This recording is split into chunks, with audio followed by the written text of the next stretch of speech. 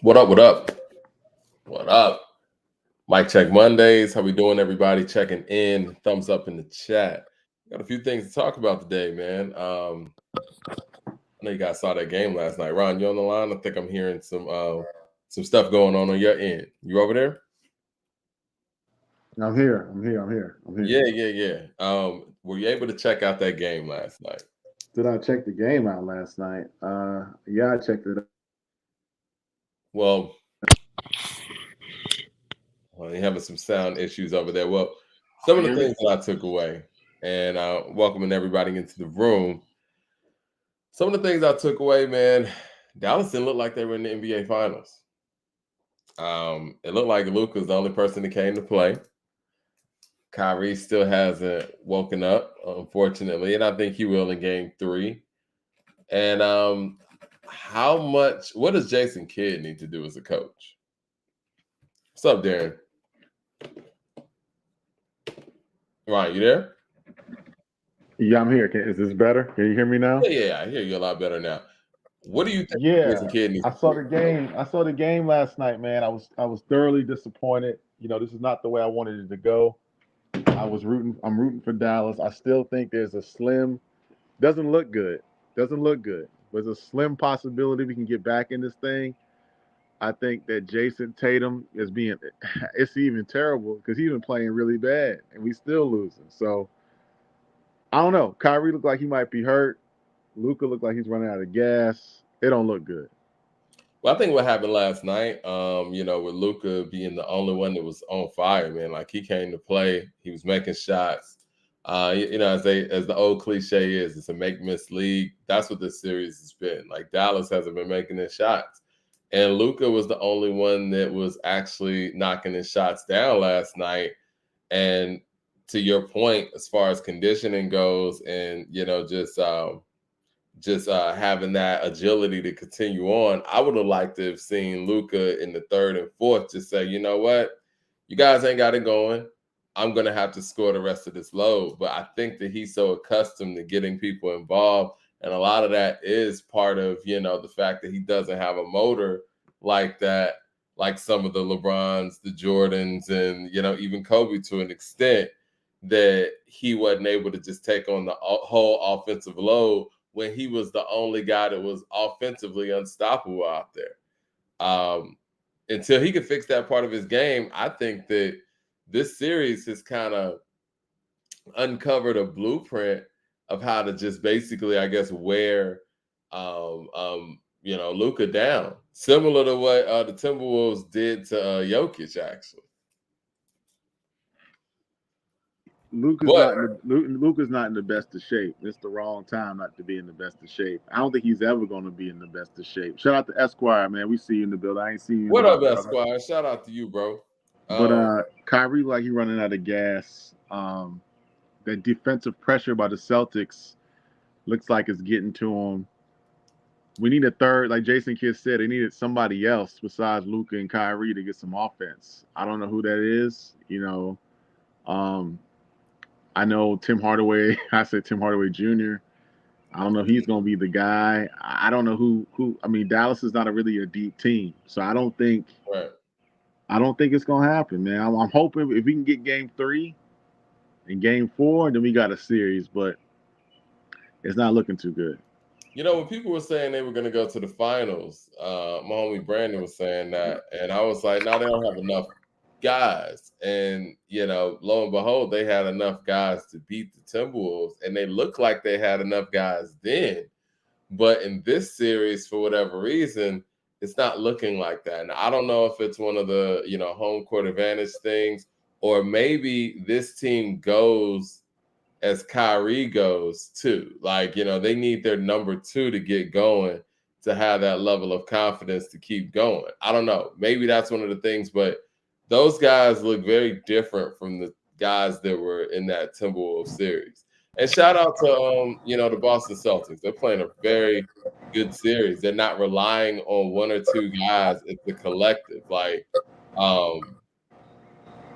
what's his name? Derek. My brain freeze right now. He's balling.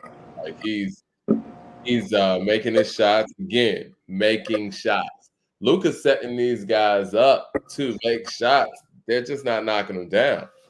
Somebody asked about the Tariq interview. We had to get some technical things right on the back end to make sure that interview is in its best presentation for you guys. But that was an incredible interview. It was a great opportunity. And shout out to Tariq Nasheed. I know that they have the Rally for Reparations coming up this coming weekend in DC, and Big Daddy Kane is going to be performing. So it's going to be a great, great event. Shout out to you guys in the room, man. And speaking of Big Daddy Kane, man, we just got news that Rakim has an album on the way. What are your thoughts on what you saw from the preview of what we're going to see on Rakim's album that is dropping next month? Well, it looked like one of those albums. You know, if anybody that's been since I've joined this pod, maybe a couple months back, I'm not a big fan of the compilation albums. This looks like it's going to be a compilation. It's like one of them 1990s, early 2000s compilation joints when somebody put out a CD and had everybody on it. You know what I mean? They had like every producer in the game, every rapper in the game. It's like one of them types. Like Jay-Z's Volume 2 or something. Well, you know, we didn't want to bring up Jay-Z today, but yes. So like Jermaine Dupri, Life in 1972 or something like that. You know what I'm saying? Or 1472. 1472. Or that Too Short album that came out in 1999. What was that? What was that Too Short album called? I know what you're talking about. People in the chat help us out. It was all them albums, man. It was all them albums back in the 90s. It was like one of those what was that been what was Benzino's group's name? Oh, you talking about Made Men? Yeah, like one of the Made Men joints. It's like this album right here is like a Funk Flex compilation CD. He's got every rapper in the game on it, you know. Well, for the people who don't know what we're talking about, Rakim, it was a release. They were saying that the album is dropping July, I think 26th, right? It's called God's Network Rebirth. God's Network starring Corrupt, Master Killer, BG, Host Kingpin, DMX, Nipsey Hussle, Planet Asia, Snoop Dogg, Lotta Darkman, 38 Speech, Fred the Godson, Skyzoo, Crooked Eye, Chino XL, Cannabis, Cool G Rap, Joel Ortiz, Prodigy, Method Man, Compton Menace, X-Rated, Big Twins, Tri-State, Louis King, and introducing Sally Green. Okay, so we got somebody pointed out earlier that there are 3, and you know what? I've counted 4 deceased MCs on here. We got DMX, rest in peace, Nipsey Hussle, rest in peace, Fred the Godson, rest in peace, and Prodigy. And you know, this is Rakim. And Rakim is, for the people, the younger generation out there who may not know, I think Rakim's the greatest lyricist to ever walk this earth, in my personal opinion, just based on how incredible he was early on and how transformative he was in just lyricism and hip hop altogether. I could go on and on about that. But what's special about him and his catalog in his prime, or what I would perceive as his prime, he had no features on those Eric B. and Rakim albums. Paid in Full is all him. Follow the Leader is all him. Don't Let the Rhythm Hit Him is all him. Don't Sweat the Technique is all him. And so to see somebody of Rakim's skill set, magnitude, and just overall experience have all of these features, it kind of comes across as, and I don't know, but it feels like this is a put together album. I don't know where the choice to get all these features comes from, because the truth of the matter is we want to hear Rakim. And no, that's no disrespect to any of the other MCs that are on this project, but I want to hear Rakim's verses. So for somebody who's lyrically that strong and possibly the strongest lyricist ever, why so many features? Could it be that he just wants to share the wealth? Maybe he doesn't have a lot to talk about. Maybe he's just like, okay, I just want to get in here, rhyme a little bit, you know. Maybe I'm, at the end of my rope. I'm tired. I don't really want to do 3 verses per 2-3 verses per record. I just want to go and do my thing, dip in and dip out, put some young guys on, be creative with it. See how my voice sounds with different artists. It could be a creative choice that he's making as he gets older, or he gets into the twilight of his career. So he may not have a lot to talk about, and he may just want to just stretch his artistic boundaries by working with different artists. That could be the play.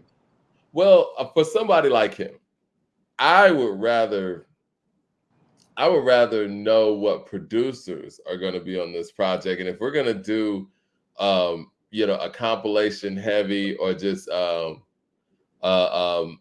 notoriety heavy collaboration album, I would like that to be in the producer department. But yes, to your point, it does feel like maybe Rod doesn't feel like he has enough to say right now. I don't know how long this effort's going to be, but with all the names that were on there, it has to be at least 15 to 20 songs, because if we're talking 10 to 12 songs, he doesn't have a song on here by himself, if that's, what it is, unless a lot of these guys are all on one song. This, what this feels like, and I say this respectfully, but it feels like the Biggie Duets or something. Remember when Bad Boy did that? Nah, it sounded like, Born Again was like that. Born Again was like that too. I mean, I'm not trying to be funny. I love BG, man, but I don't see Rakim making a record with BG. And maybe, that feels like it's something put together. And now that you mentioned Born Again, remember when they had Biggie doing that song with the Hot Boys? That was crazy. That shit was crazy. Like, I think that the song that sounded so natural on that Born Again was Rap Phenomenon with Method Man and Redman, produced by DJ Premier. That sounded like that could have actually happened. And so, I mean, we're talking about Rakim in terms of, like, we're talking about these posthumous albums, but it's because, first of all, him having features is abnormal in itself, but having this many, this feels like more of a put together versus all over the place type of album. It does, man. And I'm not, I would be lying to you say if I'm excited because it's Rakim, but I'm not excited like generally like, oh, this album's gonna be great. What I am excited for the Auditorium Volume 1, Common and Pete Rock. They got a new song coming out tomorrow, by the way. I am excited for that, because that sounds like, it looks from afar, and hearing them on Drink Champs and hearing them in different interview settings, sounds like an organic album. They really sat down and crafted something. You know what I'm saying? It doesn't seem like a compilation joint. You know what I mean? Well, Pete Rock is in practice, and he is constantly producing, constantly making things, constantly collaborating with artists of all generations, artists of all different statures as well. But Common, he's one of those adaptable individuals also. I'm getting a little bit of feedback on your end, right? He's very, very adaptable in the sense where if he's working with Dilla, if he's working with Questlove, if he's working with Kanye West, if he's working with No ID, he's able to pick up on that energy. And I knew that him and Pete Rock coming together, I knew that was going to be something. Because Pete has that gift where he's able to get the best out of a lot of MCs and great MCs. And I don't know what it is, man. Maybe it's the drums.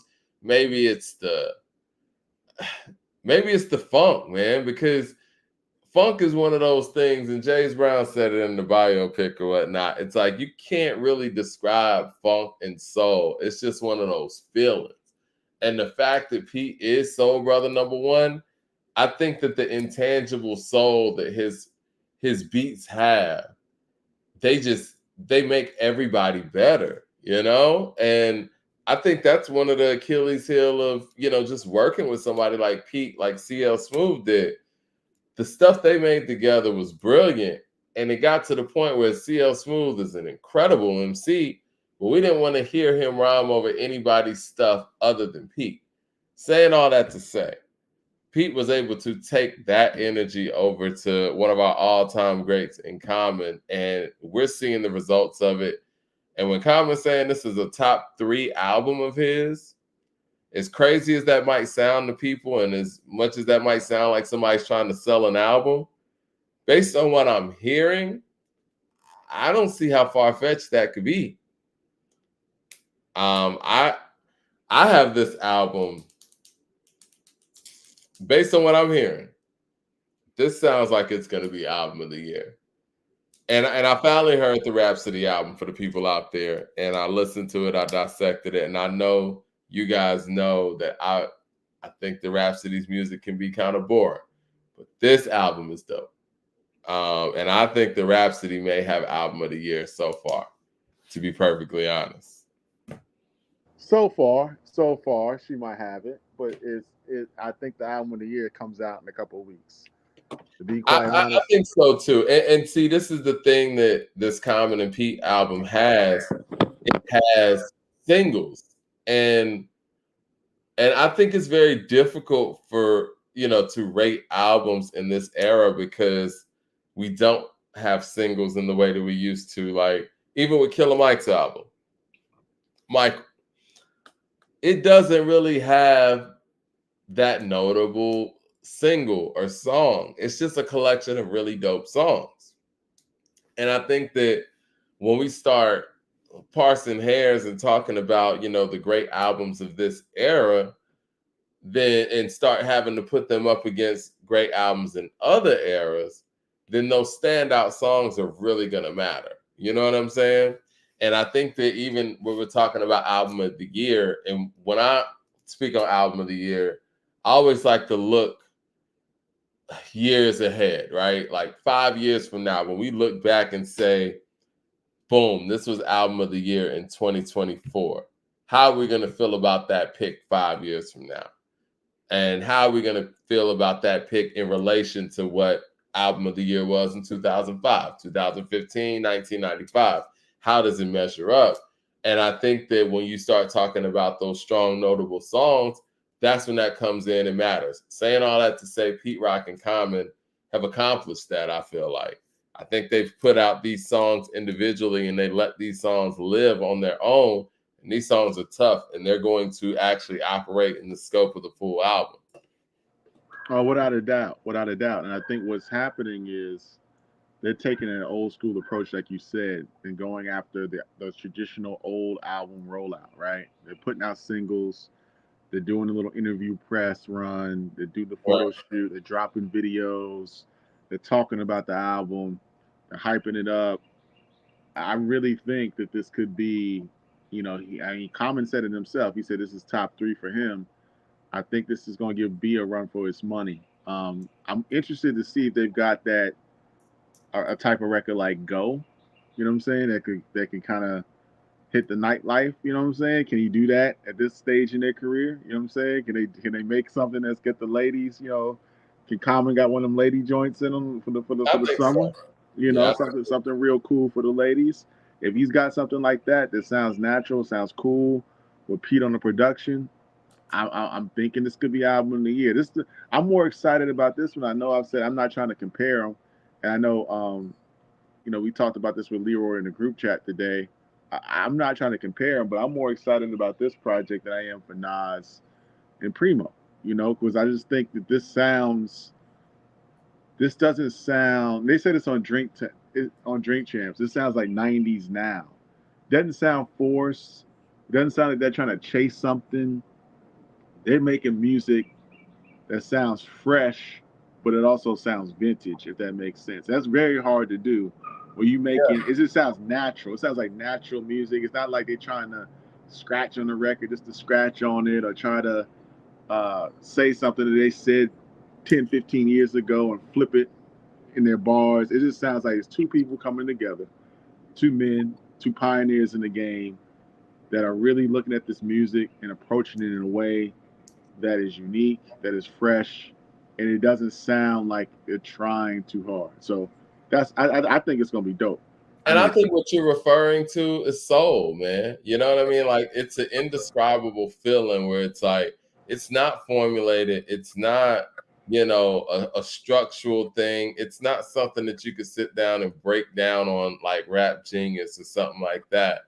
This is songs that you could feel. Like when you hear these beats and you hear this delivery and you hear the message, it just resonates with you in your soul. Like there's nothing else to really describe it, man. And there's a lot of soulless music out there in hip hop, and it's hard for people to actually explain and pinpoint why they don't like certain things or certain artists or certain cadences, because we're living in two worlds when it comes to the hip hop listener now.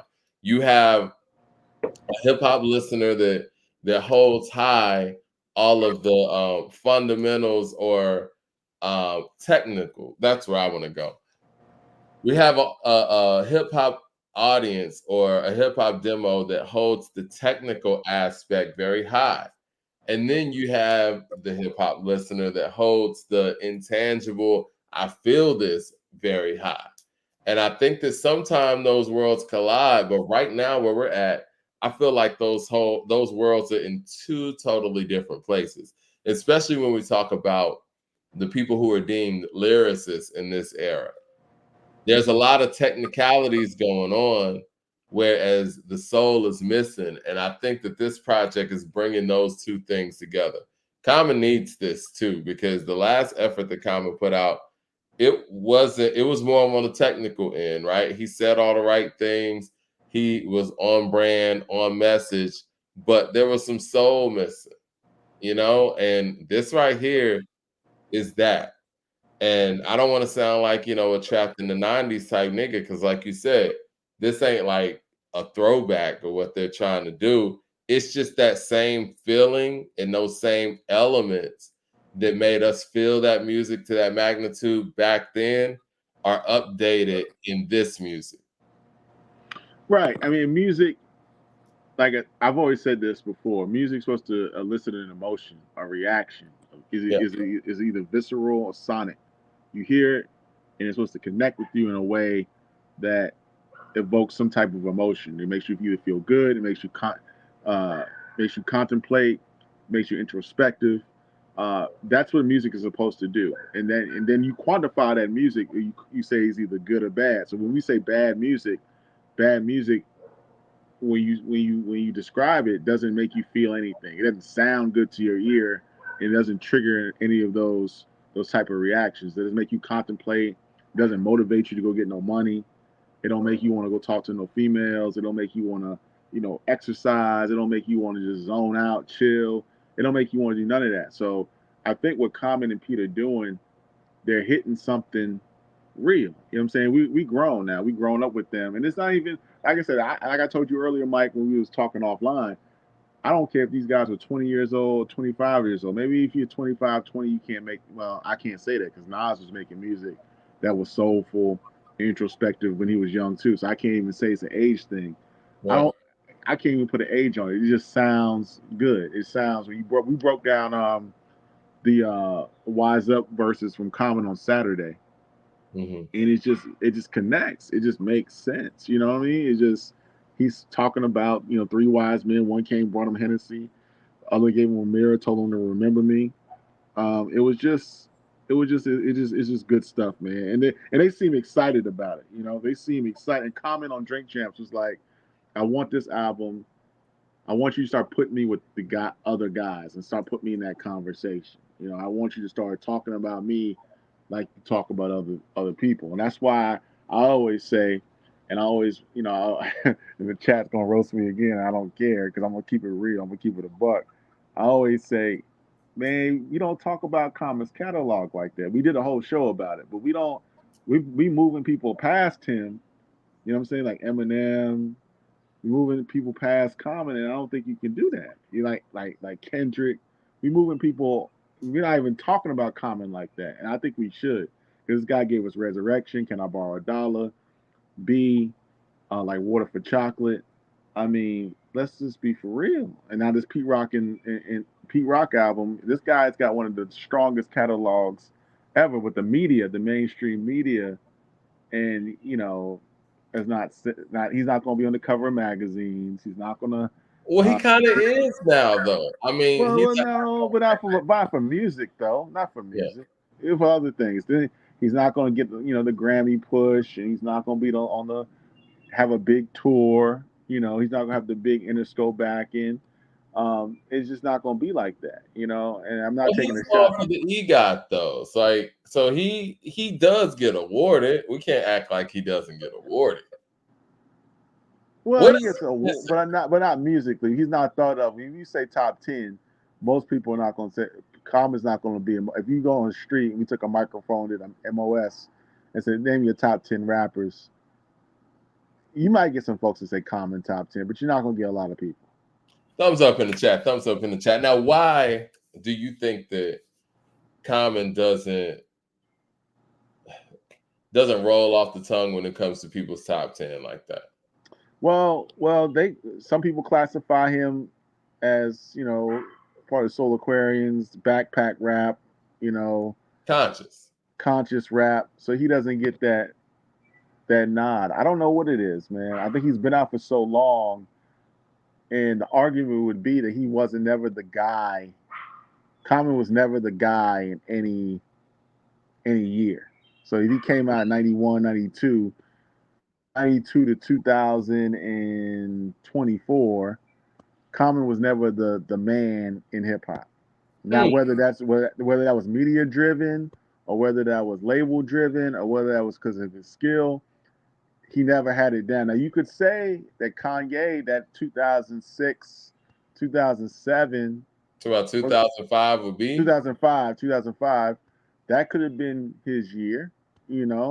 I think in 2005. Now, y'all know how I feel about B. I think B is the best hip hop album to come out in that year, and possibly one of the best in that whole decade. But do you think that he would win MC of the year? Let's just say we were doing this show in 2005 when the documentary came out, Thug Motivation 101 from Jeezy came out, B came out, and we had Late Registration out there, just to name a few.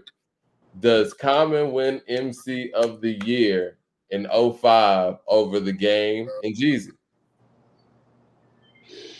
I don't know. That's tough. So it's like, like you said, there's not a year. Let's look at this like sports. There's not a year in his 32-year career that we could definitively say he was the MVP. And I think that's where that top 10 thing comes in at. Yeah, so it's tough because you can still argue he might have a top 10 catalog. I could argue 2000 he could have been MVP, even though Ghostface did Supreme Clientele in the years. It's just tough, man. I mean, and I think the other thing is too, and I'm just trying to make sense of it all, because I think that Common's catalog is definitely a top 10 catalog. I think that when it comes to the ear test, kind of like the eye test in sports, do we feel like Common will out-rap our top 10 guys? Like, I got Common top 15. You say top 10. Can he out-rap? Can he out-rap Jigga Man? Can he out-rap Rakim? Can he out-rap Nas? Can he out-rap Biggie? Can he out-rap? Let me go a little bit more current. I mean, for some people, would he out-rap Kendrick? Would he out-rap? Yes. Would he out-rap J. Cole? Would he out-rap Andre 3000 even? Yes. You think he would out-rap Andre? Yes. If they're all on a record together, because we've heard him trade bars with, Yasin Bey, Nas, Cannabis even. He's never been afraid to get on a record like with anybody. But when he's on these posse cuts, or when he's on these records that have more than 3 MCs on it or whatever, does he break through in a way where you're like, oh, he's the guy? I'm trying to think what record was that. Because Get 'Em High. Let's use Get 'Em High from College Dropout.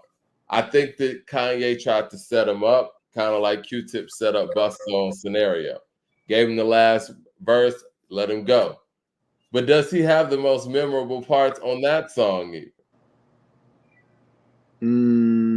I would you, but she hailed from Kansas. Nah, that's Kanye all day. What about that? What about that Good Music freestyle? Big Sean got off, Pusha T got off, Shy the Prince got off. I'm gonna say that was all Sci-Hi. Now I'm gonna be honest.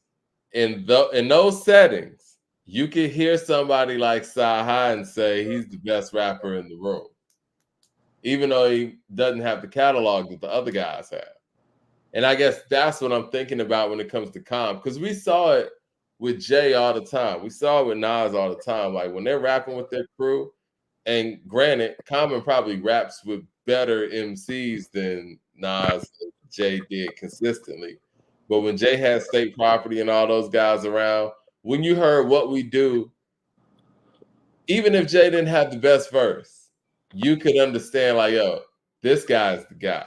Because I think Freeway has the best verse on What We Do, personally. Yeah, he does. But Jay's verse ain't no slouch though. No, it's not a slouch. It's more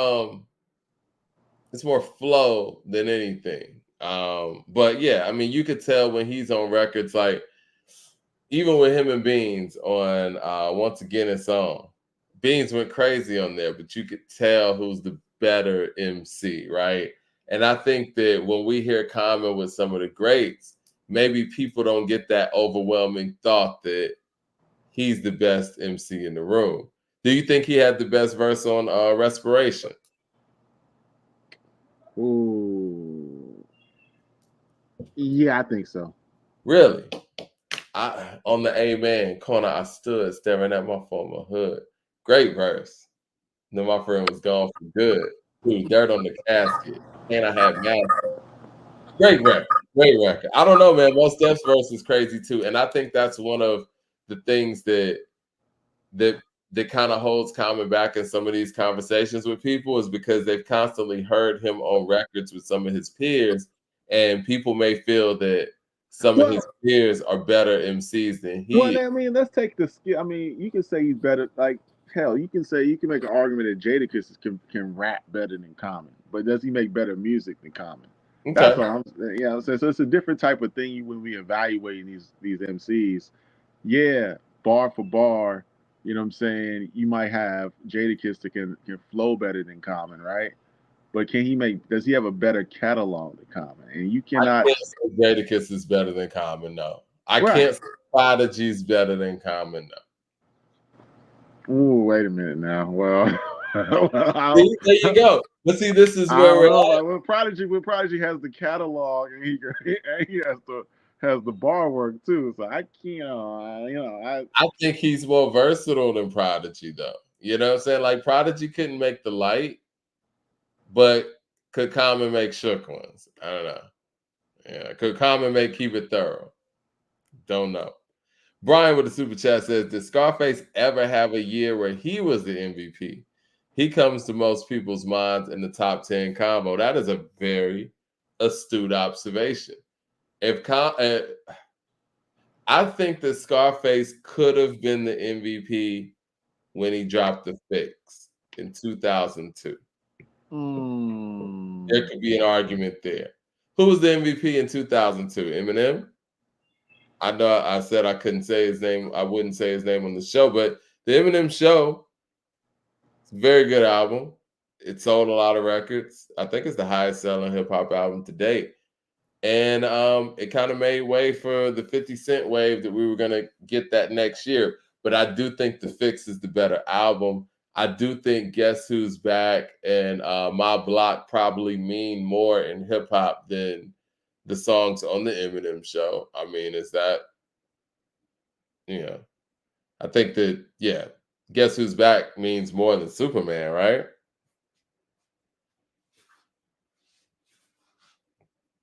Silence. Are you asking a rhetorical question or are you asking a serious question? I'm asking a serious question because people always. That's not a serious question, Well, man. okay, well, Not okay. Well, serious. Scarface. So you think Scarface is 2002's hip hop MVP? Who was out in 2020, 2002? I'm trying to think. 2002. We had, like I said, the Eminem Show. The Blueprint 2 dropped that year. Clips dropped. Lord Willing. The Fix dropped. Nellyville dropped. I think Ludacris dropped.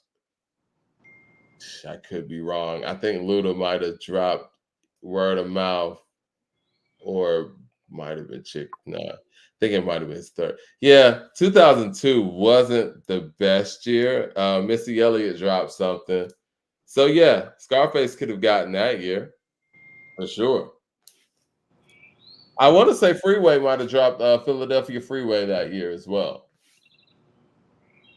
Uh, yeah, I mean, I guess you could say.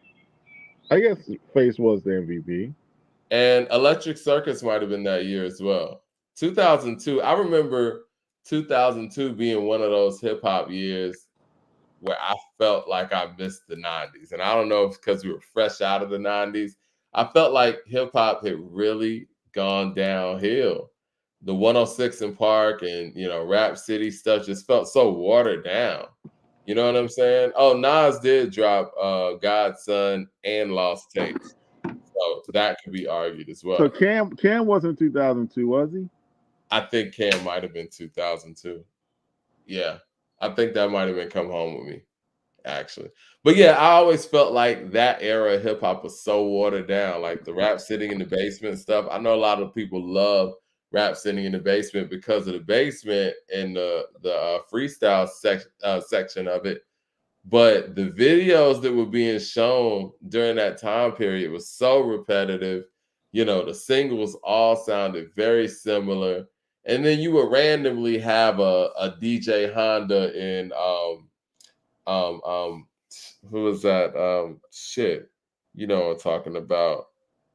Um Damn, Control the Mic like Fidel Castro, the El Presidente record. I know what you're talking about. J. Rue the Damager and DJ Honda, like those randomly come out there and be a conversation. And yeah, 2002 just wasn't a great year in hip hop in general. Who we got here online? Who's this? The popped in. I got Echo. Is that Leroy?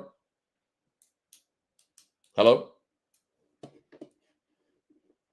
Okay, I guess not. They said Murder Inc. was a great value, bad boy. Yeah, DJ Honda was dope. And I felt like there wasn't like a lot of real, I don't like to say real hip hop, but real soulful hip hop music that was coming around in 2002, which is interesting because in 2001, we got the Blueprint. We thought that, there was a corner that was being turned there. And then the party music just went to 10. And there's nothing wrong with party music. It was just the fact that all of the party music was like very similar at that time, in my opinion. But saying all that to say, we're talking about MVP seasons and people being top 10. I think it is a fair assessment to say that before 2002, yes, Scarface might not have had an MVP season, but he's still top 10. I think the elephant in the room here is the fact that Common is from Chicago. He's not from New York. I think that if he was from New York, before the New York people go crazy and say we bash in New York, I'm just trying to be objective here. I think if Common was from Queens or the Bronx or, Brooklyn, he might be held a little bit higher. That could be an argument, man. I'm sorry. I apologize, everybody. I'm having some technical difficulties, man. I got a new Mac. Now the new Mac is acting crazy. So I'm back on the iPod. I'm back on the iPad. So we got some technical difficulties. But yo, man, but for real, I think if he was from New York, he would be looked at differently. Chicago MCs, I mean, there's not been a lot that you hold to the best. I mean, you got Common, you got Twista, you got Do or Die, you got the Brat, you got Kanye. I mean, then I thought of as the best of the best. that's usually either a New York conversation, an LA conversation, sprinkling Atlanta, sprinkling Houston. But you don't, Chicago. But if he was from New York, I think he would be thought of a little bit more higher. Well, I mean, to respond to what I see in the comments, yeah, I know the Midwest is a big region, you know what I'm saying? And, Bone Thugs and Harmony and all of that. Like, but I think what it is, when you're from a certain region, people expect you to take on the sound of that region and they hold you high for that. I think the fact that Common took on more of an East Coast centric, soundscape, but was from Chicago, I think that may have worked against him in some aspects. You know what I mean? Like, I think Andre 3000 is held very high because he's clearly very Southern, whether it be the Southern drawl or whether it be his approach to music, him and Big Boy. Outkast as a collective, they had one album where they tried to sound very East Coast, and that was ATLians. But everything else is very true to their region. And I think when you're true to your region, people, people hold you high all time for that. But I think when you're from a certain region, but you sound like, you're from another region, I think that people kind of hold that against you. Now, I don't know how DJ Premier was able to get away from that, because DJ Premier is from Houston, but he takes on the East Coast type of soundscape, which is interesting. And many people still feel like DJ Premier is the greatest producer of all time. Yeah, I mean, when we look at the top 10 lists, like the ones that are out from those major publications, I guess you would only find two MCs from the South, really, that's in it. Scarface and Andre 3000. Well, Lil Wayne's in that conversation, and the album that put him in that conversation is celebrating the anniversary today. It's been 16 years since the Carter 3 dropped. Now, do you remember where you were at when the Carter 3 dropped? Oh, when the Carter 3 dropped, it was 2008. I was a young whippersnapper. I was trying to make it. I was running back and forth. I was in New York City. Yeah, you were in Harlem. I was in Harlem, 135th and St. Nick. Let me put myself on camera so I can tell the people where I was at. You know what I mean? Yeah, I remember that. It was a hot summer. It was a hot summer, man. I was on 135th and St. Nick, on the ABC E line, whatever what it was, right? Not too far from 125th, Malcolm X Boulevard. Eating that soul food at Sylvia's or whatever. It was great. I mean, I was walking. Were they bumping Lil Wayne up there? Were they bumping the Carter 3 up there? On 125th Street, every block that you walk, every time you got the subway, you heard a Milli, you heard some type of Lil Wayne song being played. Let the Beat Bill was being played in New York. Hell, they was even playing Mrs. Officer. I mean, they were playing. I didn't hear no Lollipop. I didn't hear that, but I did hear a Milli. I mean, it was one of those records that even if you went to Queens and you ventured out to Brooklyn, you heard somebody playing a Milli out their car. This was in New York City, 2008. I heard it. Smile and Wave with the super chat says the new Vince Staples album is beautiful. Fire. Yes, it is, man. Vince Staples was super, super consistent. Why do you think that? Well, there's a lot of reasons here, right? But why do you think that the Carter 3 was so big and crossed over? And when I say crossover, I mean all regions of hip hop. Because to me, I feel like the Carter 3, which sold 1 million records in a week, I think it was the last big hip hop release. I mean, is that fair to say? I think it did 1 million in a week. It was like 1.1 in a week. It was the last big hip hop album of the physical era. Let me say that. Let's get the Drake fans come in. Let's get it right. Of the physical era, the last big album of the physical era. Yeah, I think it was, man. From a hip hop perspective, I'm trying to think what came after it. Nothing. I mean, everything else was kind of like Drake, Nicki, but that's more digital era stuff. Why do you think the Carter 3 was so big?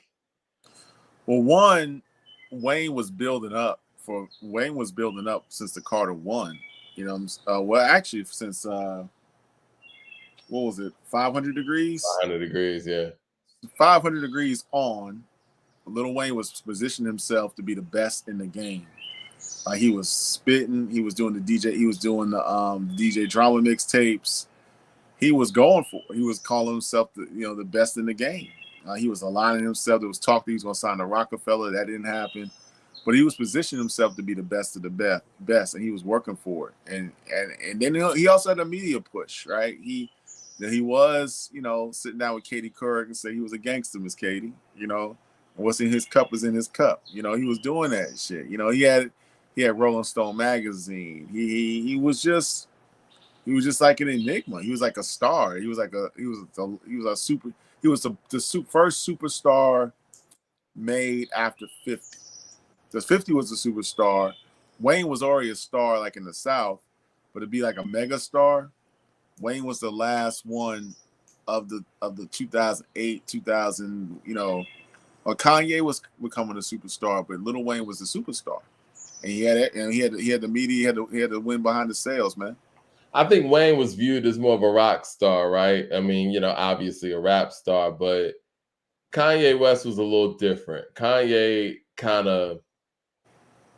he added some polish to the game, right? I think what people loved about Wayne is that he was raw.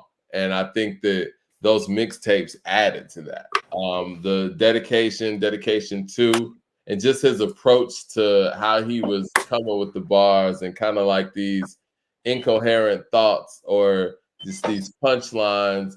And I think that he was delivering rap to a generation that hadn't heard it delivered in that way before. A Milli was the perfect record to go out there. Now, I remember when I first heard Lollipop, and I thought it was a mistake.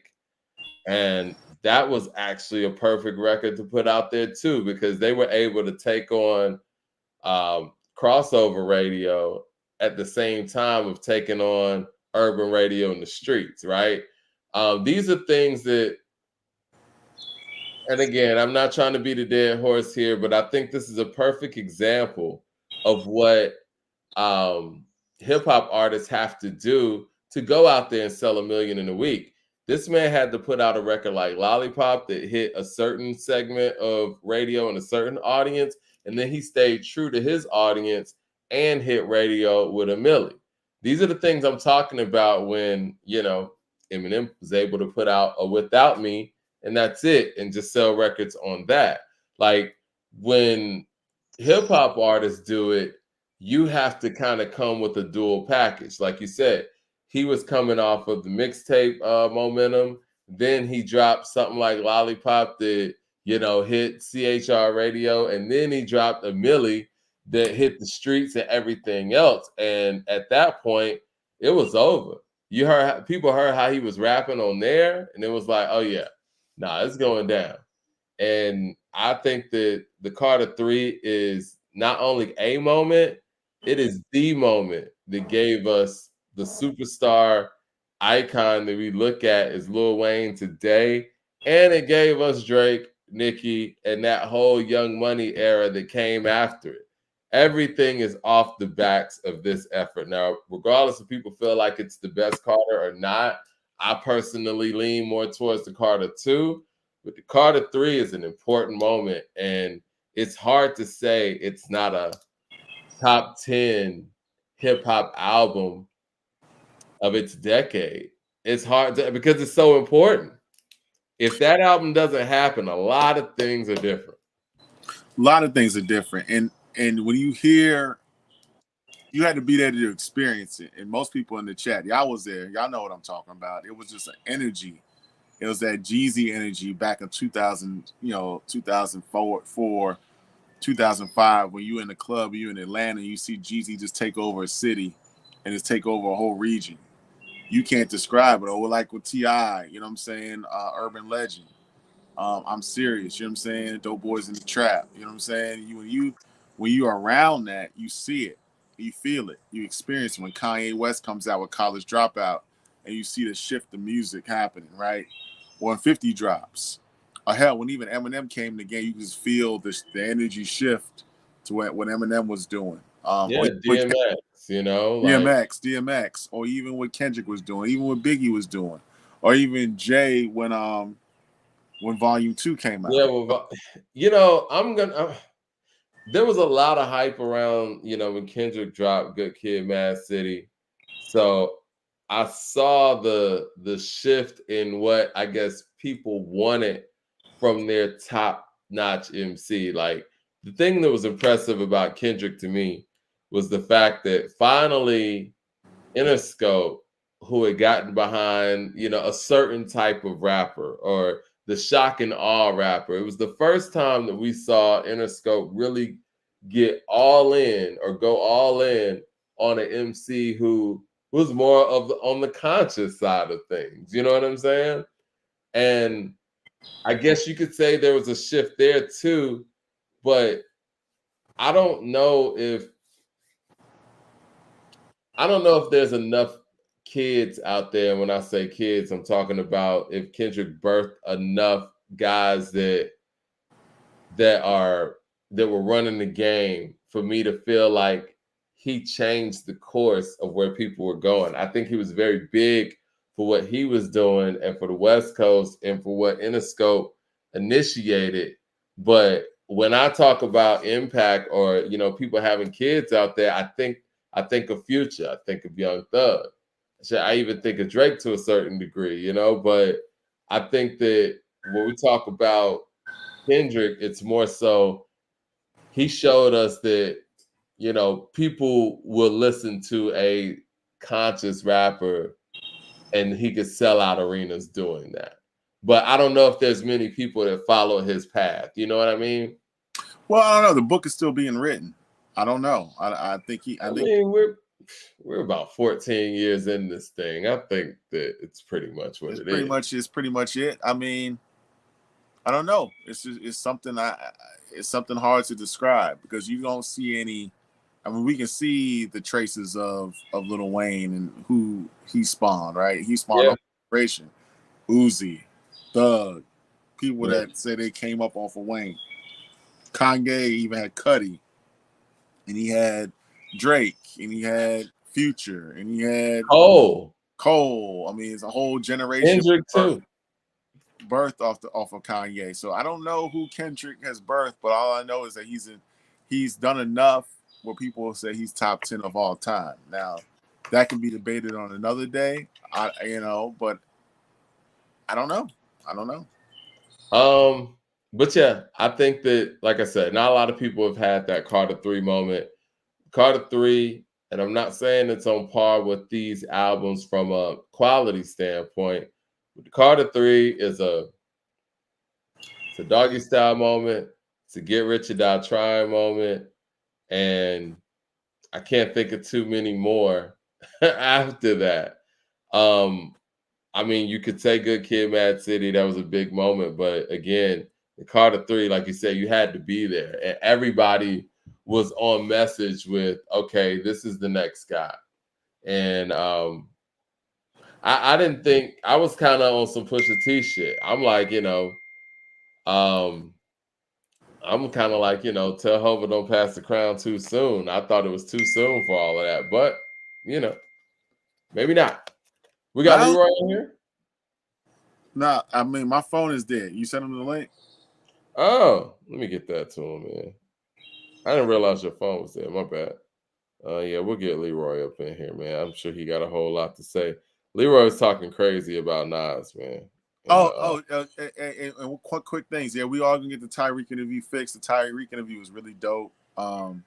Mike did an incredible job having a conversation with him. He was talking about a lot of different things.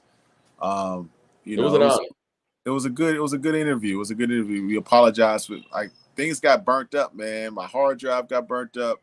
My MacBook got burnt up. I done bought a new MacBook, and this shit is tripping now. I got to send this shit back to the Apple store.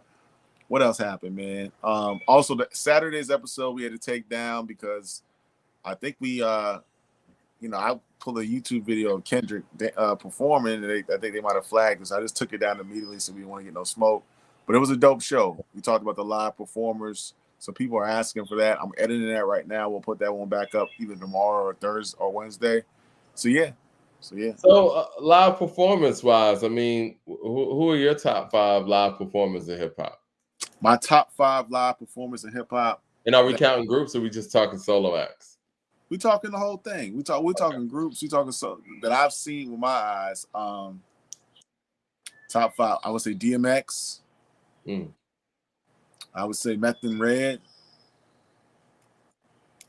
I would say that I saw with my own very eyes. I would say Busta. I would say who else? Who else did I saw that was really dope live? I ain't gonna front. I mean, Wu-Tang was good, but I'm saying Meth stole the show. ODB stole the show when I saw him. Damn, I'm trying to think who my live. I saw Common. I'm not gonna say he's in my top 5 performers I saw, but Common is a good live show. I saw Jay 3 or 4 times. And Mike, you're not gonna believe me. When I saw Jay in Italy, on the Run tour, Jay was better than Beyonce. I don't know if she didn't feel like performing, but Jay carried the show. If JD wasn't on that night, I would have wasted my time and my money taking my wife out there to see that shit because she wasn't performing. That's hard to think. Beyonce is the Michael Jackson of her era. Nah, man, she didn't want to perform, man. She was like, man, I ain't with it today. But Jay carried the show. Jay was a professional. Jay's a dope performer. And shit, Pitbull. And y'all gonna scorch me in the chat with Pitbull. No, Karis. I do remember seeing Pitbull live. Karis. Forgot about it. Scratch that. Big Daddy Kane is in the top 5. Saw Big Daddy Kane in San Antonio. One of the best shows I ever saw. Bismarcky was his DJ that night. 2 of the best I ever saw. Bismarcky, Kane, but Pitbull's put on a dope fucking show. I was gonna say that I saw Kane, and I think that just for everything that Kane does, breath control, you know what I'm saying, clarity, his flow, and all of those, and dancing. Excuse me, I gotta put that up there. I think Big Daddy Kane's probably hip hop's greatest performer, and I saw him live, doing it. Same thing with KRS. I would have to put KRS at 2 because of Kane's dancing and stuff like that. Like, KRS has that voice. And what KRS does in his performances, which I think is special, and I think a lot of artists need to think about this more, you could tell that he makes his songs with the intent of them being live. And the records that he's performing live, it's intentional. He knows how big these songs are. Like, he knows that MCs act like they don't know. When those drums come in live, it just takes the whole stage. I went and saw, it was Rakim, Kane, KRS, Kool D, right? And the way the lineup was, it was Kool D, then Kane went on to KRS, and Rakim closed. And I'm not saying this to be funny. I love Ra. And Ra got those songs that we all are going to, quote word for word. But by the time KRS left the stage, there was no more room for anybody else to perform, even if your name is Rakim. And it's just the way that they approach performing. And these guys were in their 50s when I saw them. I think those are the best 2 performers that I've ever seen. I've never seen Busta live. I've seen him, on TV and, on YouTube or whatever. The energy and the clarity and all that's crazy. But I would put Busta up there. You think Busta's a better performer than DMX? I know you said DMX first. I saw them both. DMX is better than Busta from what I saw. What I remember, I saw Busta when he was young too, back Bruce tour. So this is back. I saw Busta around 90, 2000, 99, somewhere around there. You see the Fugees too? I saw the Fugees. The Fugees was dope. Great performance. Great performance. I saw the Roots. The Roots is dope too. Roots put on a dope show. But I would tell you the worst show that I've ever been to. The worst show was Mos Def. It was the worst show I've ever seen. And you know it's true, Mike. Kanye puts on a good show too. Yeah, A Tribe Called Quest does too. Shout out to Q-Tip, man. What up, Leroy? But you know what's funny, real quick, Mike, real quick? Yeah. It's 2 times I've seen some people perform and people would turn to their back and walk out. One, I saw people walk out on Mos Def. And guess who's the other person I saw walk out? I was in Las Vegas and Talib Kweli was performing. I saw people turn around. Come on, man. I swear to God. We don't need no more Black Star smoke, man. That's the only 2 times I've seen 2 people walk around. It was ironic. I saw Talib, people turned around and walked out, and I seen people turn around and walk out on Mos Def. It's a true story. Now, I was at this Mos Def concert that you speak of. I want to add some sort of clarity to this a little bit. Christopher Hogan with the super chat says, Dougie Fresh, Slick Rick, Plies, J. Cole, and Too Short, top 5 performers I've seen. All great shows, Lil Jon too, if he qualifies as a rapper. That's crazy. I've seen John too. I was hanging with them that whole day. All right, listen.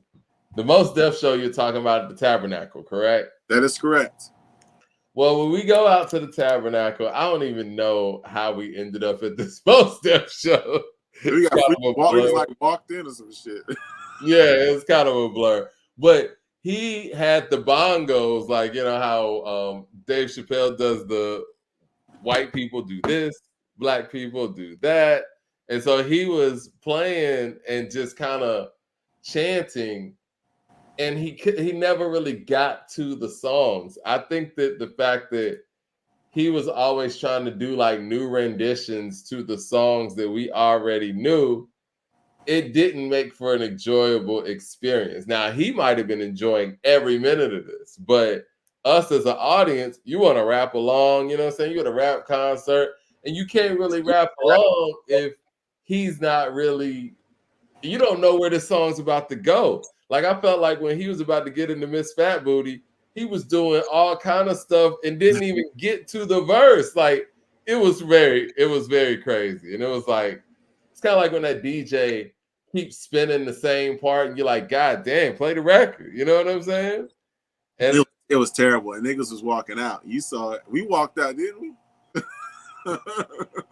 we walked out. I can't confirm that. We did, actually. You know what? Hey, I think the last song we heard, it might have been Miss Fat Booty. I think at that point we were like, dang, man, you're not going to perform it? It's crazy. But I think Mos Def is a great performer. I think he just he might get bored with the conventional ways of performing and tries to add something new to it. Like, I know Michael Jackson was always, he's a showman. He was doing everything to the letter, all the way down to walking down the stairs and speaking to the audience at a certain part of She's Out of My Life. I think that he even expressed, he would like to perform Billie Jean in another way, to kind of just add some versatility to it and just be an artist and do something new. But you got to give the people what they want. And I think that Mos Def gets bored with giving the people what they want. So he just goes out there and does whatever he wants. Well, you can give people what they want, but give them something good. That's all. It's a mix. It just wasn't good, man. Another person I saw that wasn't that good, I was disappointed. I'm not even going to front. Shout out to my aunt and uncle. They gave me some great tickets. We had floor tickets. I was in the front row during the show. Lauryn Hill. I wasn't feeling it, B. I just wasn't. I don't think she was either. See, the people you're naming probably didn't want to go out there and perform anyway. I wasn't feeling it, B. I had a great night. It was a nice date night with the wife. Appreciate the aunt and uncle for hooking me up the floor seats. But I wasn't feeling that, man. I'm sorry. What about you, Leroy? Who are some of the best hip hop performers you ever seen? You know what? I got to go to more shows, man. I got to go to more shows. I've seen Dead Prez. I've seen Raekwon. I've seen Killer Mike. I saw Jay-Z once. I saw basically everybody from California, except for Ice Cube. I got to go to more shows, man. That's why I'm trying to get it popping so that these artists invite me out. Because you know what? I want to write about these things. You know, what I really wanted to be when I was like, you know, growing up, I wanted to be like a hip hop journalist, man. That, you know what I mean? Like before everything, you know what I mean? You trying to go to that Kendrick show on Juneteenth? I heard the tickets is like $800. 800? Woo, okay. I mean, he's doing it for the people. I call this camp. Stop, Mike. Stop. I called the camp. Mike, they said they appreciate our show and they appreciate my takes about Kendrick. They only sent us some free tickets. So Hey, oh man. James Smith of the Super Chat says, my top 5 that I've seen in person: 1 Big Daddy Kane, 2 Wyclef, 3 Kid and Play, 4 Busta Rhymes, 5 Ludacris, honorable mention Travis Scott and Bow Wow. I wish I'd seen Travis Scott live. Bow Wow, that's an interesting person. Yeah, I mean, look, I know the Kendrick concert Juneteenth, that shit's gonna be live, man. But yeah, I'm hearing the tickets are about $700-800, you know. So Sheesh. they not like us, you know what I'm saying? I heard he dropping that Rosenberg interview on Juneteenth too, you know. So A Rosenberg interview on Juneteenth. That's wild. Ammunition, man. You give it like all the ammo, like that's wild. You know. And shout out to Rosenberg, you know. I will give Rosenberg this. He got on that Kendrick train early. What's up with Big Boy though, man? Big Boy can't get the interview? What's up, man? What's up? I mean, he's interviewed with Big Boy before. I mean, he's interviewed with Rosenberg before too. I don't know. I mean, I gotta ask LA what they think about that. I mean, where y'all want to go? I heard y'all talk about Scarface, Rakim, Nas, and Common. So wherever y'all want me to go with those, or you know, or briefly go. Why do you think Common's not in people's top 10? I think Common is a really positive person, and I appreciate that in my elder years. But just, you know, people think I just be saying anything. Go ask somebody. Go ask a doctor, you know, like a therapist or something, or a psychologist. When a person hears something violent or dangerous, does that have an effect on their brain? Just ask them and see what they say.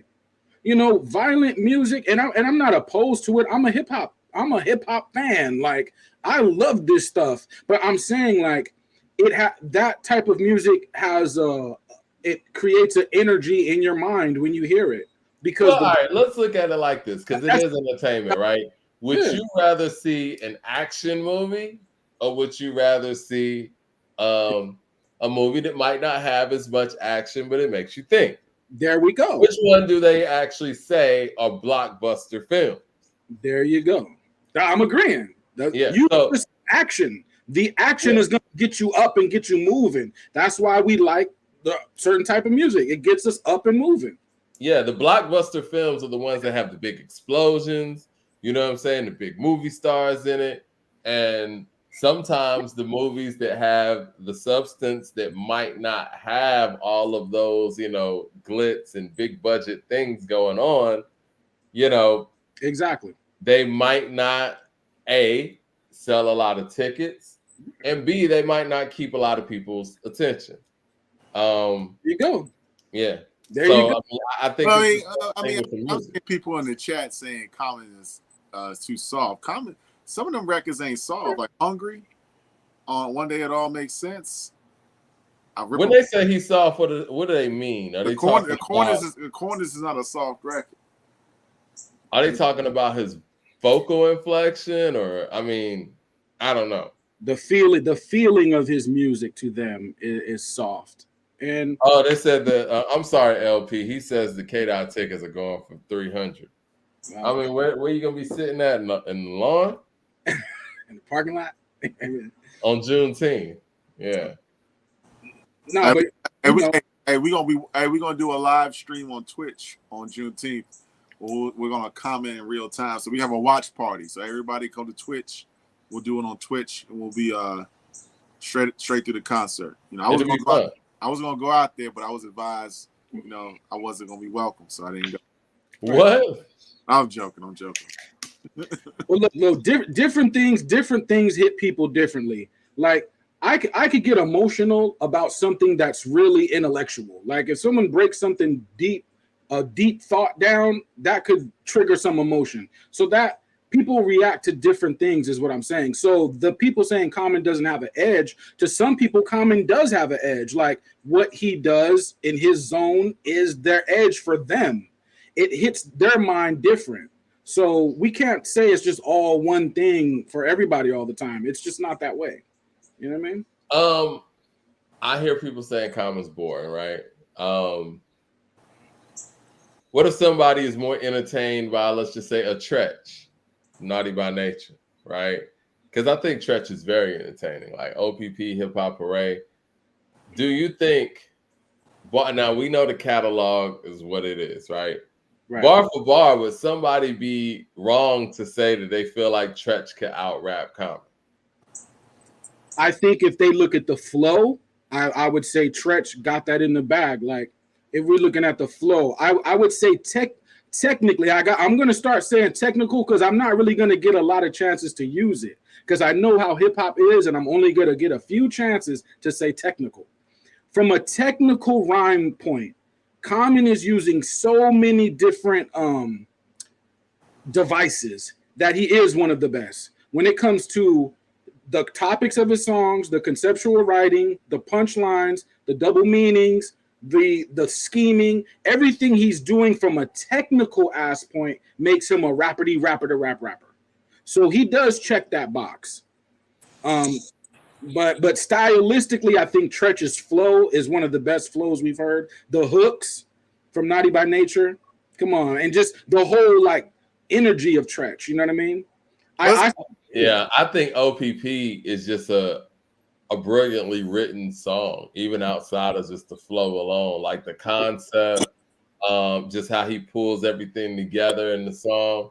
Same thing with Hip Hop Parade, like.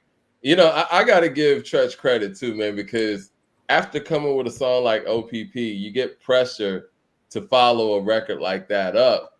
And they followed up OPP with Hip Hop Parade. Both of these songs could be top 50 hip hop records. And even though Common has the better overall catalog, it can be argued with the anthems that were made from Naughty by Nature, and a lot of the time with Treach being the driving force, right, that not many MCs can make an anthem like Treach. I feel like Mr. Cheeks is in that conversation too. So, hey man, hey, let's keep it a bean, guys, man. I want to bring us back to reality here. Ain't nobody has ever said Treach was in no top 25, no top 15. Naughty by Nature's catalog does not rival Common's catalog. So there's levels to this thing, man. So we gotta put some respect on. Treach is dope. I love Treach. Treach can rhyme. He can. I mean, flow wise, he was a star amongst stars back in his time. He was dope. But it's different levels of this, man. We can't put Treach on Common's. I feel you. I agree because again, it's like we got to talk about solo catalog and things of that nature. But when we're talking about songwriting skills, the fact that Treach wrote songs like You and I T.Y. for Queen Latifah, wrote, Hip Hop Parade, wrote OPP. These are 3 songs that are possibly top 50 hip hop songs all time, legitimately. And we got to give this man his credit for being an incredible songwriter. Because even when I talk about Andre not having his solo shit and all that, which is valid, I think as a songwriter, Andre 3000 is a very gifted individual, and I think that's why, people hold him so high. I mean, Love Below is a well-written album. I mean, it just is. We moving the goalposts a little bit. I love Treach. I think Treach. A lot of people on our show on Saturday said Naughty by Nature's dope live performance. Treach was sick with it, man. From a lyricism perspective, from a flow perspective, he's that guy. But I mean, if you want to talk about it, you can't talk about this guy. Then they. I mean, I just think with Common, or Resurrection, or Can I Borrow $1, or like Common 32 years in. I mean, that squashes it right there. I mean, because Treach stopped what in 2000. I mean, how long has Treach been out the game? 2000, I think, right? Well, we can honestly. Yeah. All right. And I want to be careful here. I don't want to sound disrespectful. But what was Naughty by Nature's last hit? Was it Jamboree? That was 99,000. Yeah, I agree. I think Feel Me Flow was a big one too. You know, Craziest was big. They got some anthems. But yeah, I think Jamboree was the last. So we got from 91 to 99. But yeah, we got to respect the longevity thing. Let's put some respect on Common's name, man. Let's be for real, man. No, it's the longevity, y'all. Throw him another opponent, man. Throw him another opponent. With Scarface, for a second, when you said a Scarface, ever? Oh, am I breaking up? Again? What's going on? No, I hear you. Throw him another opponent, guys. Come on, Scarface. The internet is not interneting today. Well, I know Common got something that Scarface don't. He got a great album that's gonna drop in the next 2 to 3 weeks. That I do know. So, I mean. Dude, hold up. Are you putting Common over Scarface? What I'm saying is that Common has an album that's coming out in 2 to 3 weeks that could be deemed a classic, and I haven't heard it. I don't know if Scarface has anything unless. Scarface did a great Tiny Desk performance. Scarface is could be top 25, one of the greatest MCs of the South, one of the greatest storytellers in hip hop history. Much respect, much love to Common. I can't wait to interview him on this platform. But what I do know, I'm talking about the facts of what I do know today on June 10th, the year of our Lord 2024. Common and Pete Rock got an album called The Auditorium Volume 1. Yep. Many people say it's a classic. It's coming out in 2 weeks. Now, we got to put some respect on this man's name. That's all I'm saying. Los Marcel with the super chat says Common wasn't from New York at a time when you needed to be. Yeah. I mean, I think that's fair. We kind of talk about that too. Now, I'm going to be perfectly honest. I love Common. I think Common has a top 10 catalog, maybe even, lower than that if you want to break it down. But to me, I got Scarface ahead. It's the intangibles, man. Like, Scarface has songs that only Scarface could pull off. I think he is the second best storyteller based on, because again, Nas is somewhere else with his storytelling. He just has so much volume of work.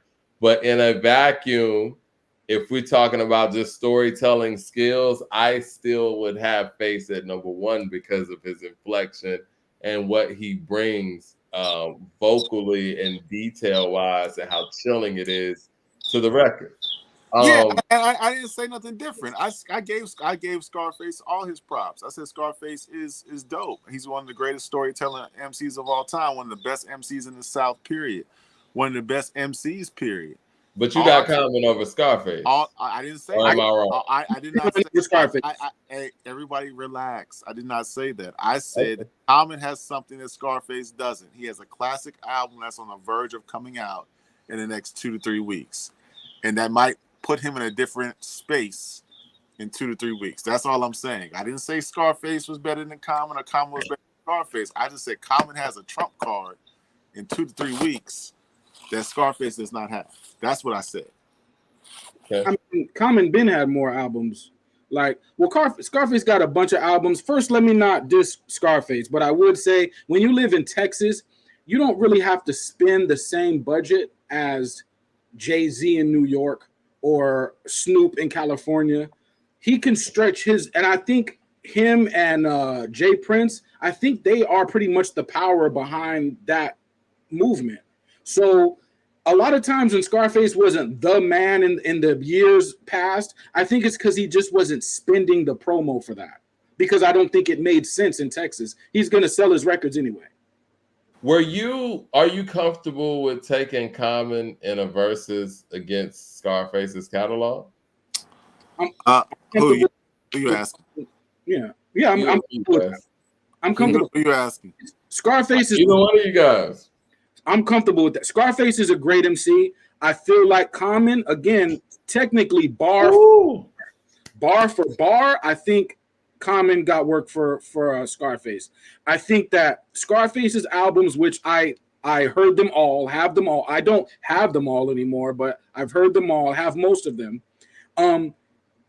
It's not like the majority of them albums are all these classic stories. That's not the majority of these albums. So when we give the credit for that, like we do all the MCs when we talk in that vein. We're going to talk about Nas in a minute too, but we talk as if they had 6 or 7 of these phenomenal joints per album, and that's not really the case. You know what I mean? Father with his hands out. Oh, well, you know what? Since you want to go there, let's talk about Nas, because you had some things to say. I don't know where you were going with this. Oh, but... wait. Hey, before we segue, Mike, before we get off this, I'll be very nervous in the verses against Scarface with anybody. I would be very nervous, but I'm more confident in the verses with Common versus Kendrick. I'm more confident in that. I'm not as confident with Scarface. I'm very confident against Kendrick. I'm very confident. Okay. Very confident. Okay, that's fair. But yes, say what you got to say about I guess Nas. So where are you going with that, Leroy? It's very simple. I don't know things I be saying. People be like it's controversial. To me, it's like just some regular stuff. But I don't think the Pete Rock and Common album is the competition for Nas and Primo. I think these. If you were going to compare Common to Nas, it's been 30 years. Y'all have plenty of time to do that, and you don't do that. So I think Nas competition, I think someone should give Nas a mirror, because that reflection is your competition.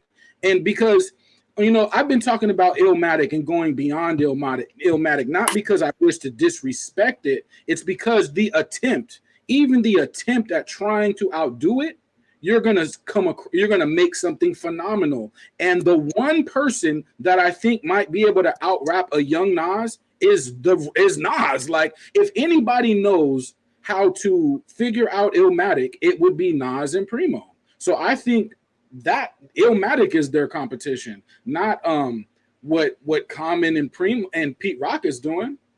But I get it. Right. I don't want to put words in your mouth. I want to add this for clarification. So are you saying that the bar for this Nas and Premier album is Illmatic? I'm going to speak for me. In my mind, I can't imagine a greater album than Nas and Primo on the same. I don't know what is greater than that. Now, if y'all know something that's greater than that, you know what I mean? And the only reason why I'm saying that is because people are like making all these comments about what Primo needs to do. Trust me, and I respect the hip hop heads. Trust me, I do. But if I got to pick between y'all and DJ Premier, I got to look at DJ Premier's reputation, and the reputation for fire is there. So I'm not telling Primo anything when he gets in that studio. I'm letting that man cook. Well, the thing is, though, Premier didn't make Illmatic by himself, you know, so. Yeah. Premier and Nas have not made an album together, so I don't really know if it's fair to even throw Illmatic into the conversation, because that was made as a collective. You know what I'm saying? Like, now this LL Cool J and Q-Tip album, you know, alleged album, and I'm gonna say that respectfully. I believe it when I hear it. They're saying that LL is saying, excuse me, that he's dropping a single this week, and the album's coming in the fall. Now, fire. If Q-Tip wants to hold Q-Tip to a not Love Below, the low end theory or Midnight Marauder standard, he can do that because he produced that album, right? Yeah. I don't think it's fair to hold DJ Premier production wise to an Illmatic standard when he didn't produce that album. You know, that album was a collective of guys. But Primo knows how those beats were made. If Primo had to remake those beats with those samples, he probably could do it. You know what I mean? And it's like, I don't know what better than to have Nas and Primo. And that's just, to me, I want to hear what I've been waiting 30 years to hear, y'all. You think you're the best MC producer collabo? I don't see how anybody could be better than Nas and Primo doing an album. You're seeing it right now. I'm sorry, guys. We got to put some respect on these guys. I mean, they're not the media is not telling you this. This is, they're not the internet's not going crazy. Pete Rock and Common are coming out with an incredible album. And S.B asked, do we think it's going to be a classic? I think it's going to be a classic. I've heard 3 songs off the record, 3 for 3. It's shaping up to be an album on the vein of B. It's going to be a classic album. I'm just being for real. I mean, it is what it is. And I don't think that they need to recreate Illmatic, Nas, and Primo. I don't think you can possibly create your own record. I think that time has passed. But I think they can make something. It has passed. Every week I'm hearing about Illmatic. Every week from everybody, I'm hearing Illmatic. Why do you think you're hearing about Illmatic every week? Telling me about Illmatic every week, then I'm gonna say, okay, let's try to get over the bar then. Not out of disrespect, out of creative respect is why I'm saying that. They got to get over the Nas and Hit Boy run. That's the bar. That's the bar. That's the bar. But Primo's not trying to be Hit Boy. Y'all want Primo to try to be like Hit Boy? That's not what I'm saying. Well, it's more of a quality conversation more so than trying to sound like somebody sonically. I think that when you look at King's Disease 3, y'all want quality that King's Disease 3 has. As a producer, I would think that DJ Premier would look at that album and be like, okay, well, that's the mark. Hit Boy, I did martial arts for several years, right? Hit Boy is the demo team of martial arts. He's going to come out, put on the best demonstration you've ever seen. It'll have all the lights and ninja kicks and board and big brick breaking and everything. Primo is the kung fu master that just sits in silence, and he's just the kung fu master. And I want to hear that. I want to hear that. We're going to have to see. I mean, I don't want to hear Primo try to sound like Hit Boy because that don't even make no sense to me. No, I'm not. That's not what I'm saying. I'm saying that Nas and Hit Boy has a standard. That match the energy. They had a 6-album run that was deemed successful, critically acclaimed albums. King Disease 2, King Disease KD3, Magic 3. Those albums are really dope albums. The whole 6-album run was dope. DJ Premier? And I think I'm saying the standard should be that. It should be like make an album that's on par with those albums that Hit Boy and Nas made. We're not saying to sound like Hit Boy because Hit Boy has his own sound. Well, he should let Hit Boy do the album then. Let me make it. Well, I mean, he did 6 with them. They did 6 together. Let me make this a little bit more plain. I think, and you're. I don't know if you're saying that they should make an album better than Illmatic, which I don't think is reasonable at all. But I do think it's reasonable to say Nas and DJ Premier should try to make an album better than King's Disease 3. I don't. Okay, but that's like 17 songs. So if we're gonna go there, but it's like I don't know if it's KD3 is phenomenal, but can it mess with DJ Premier's beats? I don't hear what y'all hear. I think DJ Premier is gonna have to really work to make a better album than KD3. We're not talking about the beats per se, because everybody would. I mean, most people would say overall, in the grand scheme of the history of hip hop, DJ Premier ranks higher than Hit Boy.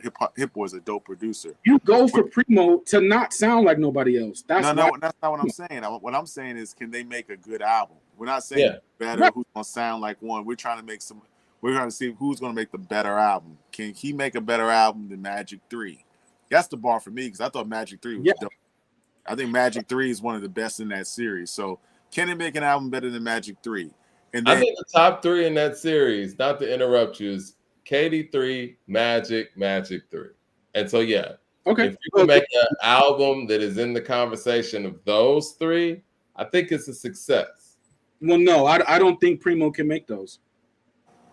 Because I don't think that's Primo's bag.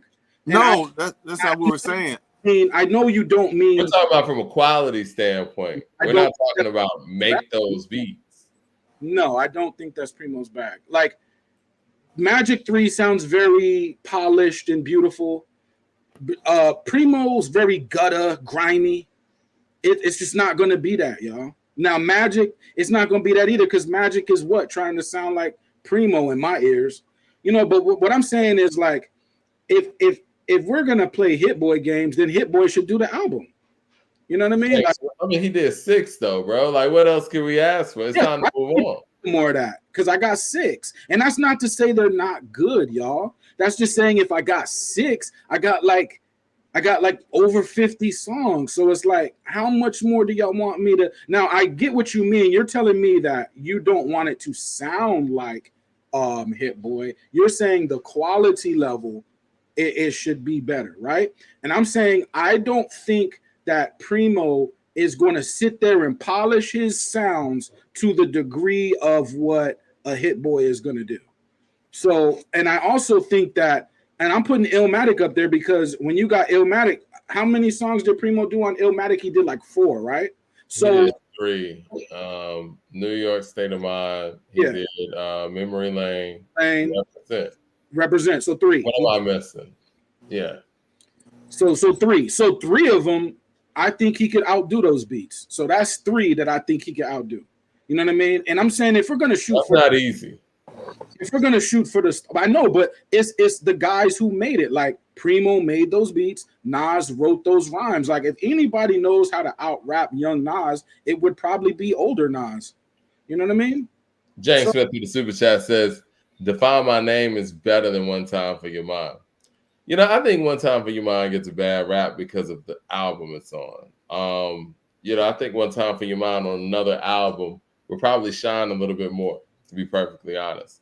Before I train of thought, the Rakim album, maybe those guys are just like giving testimonials. Like maybe it's like 10 different guys saying, hey, you know, I'm Sky Zoo, man, grew up on Rakim. Rakim's one of the illest. Hey, yo, man, I'm this person, Chino XL. I grew, you know, like maybe, you know what I'm saying? Maybe it is that. I hope it's that because it don't seem right to have all those people on a Rakim effort. He's one of those guys that he's the soloist. I mean, he said it himself. Like, he is the quintessential soloist in hip hop. Right. But you know, that's all I wanted to say with that. But with the Nas thing, that's where I'm putting it. And if people want to compete with Common and Pete Rock, that's cool. We could do that too. But to the Hit Boy and Nas thing, and that's no diss to them. They made great albums, so I can't be dissing them. But I think they're 2 different things. They're apples and oranges. I don't see the parallel between the 2.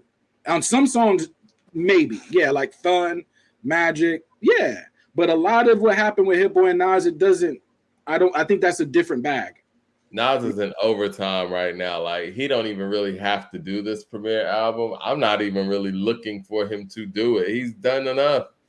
Like, they threw out on Drink Champs. They threw it on Drink Champs that he might pop up with Pete Rock and Common and do a collaboration album. He could. Who knows, man? Like he's in overtime right now. And you know, and I hate to bring up the elephant in the room, and we got Leroy here, of course, but I was thinking the other day, and you text me about 444, like we're about to be in the 2025, man. And in a minute, we're going to be celebrating the 10th anniversary of 444.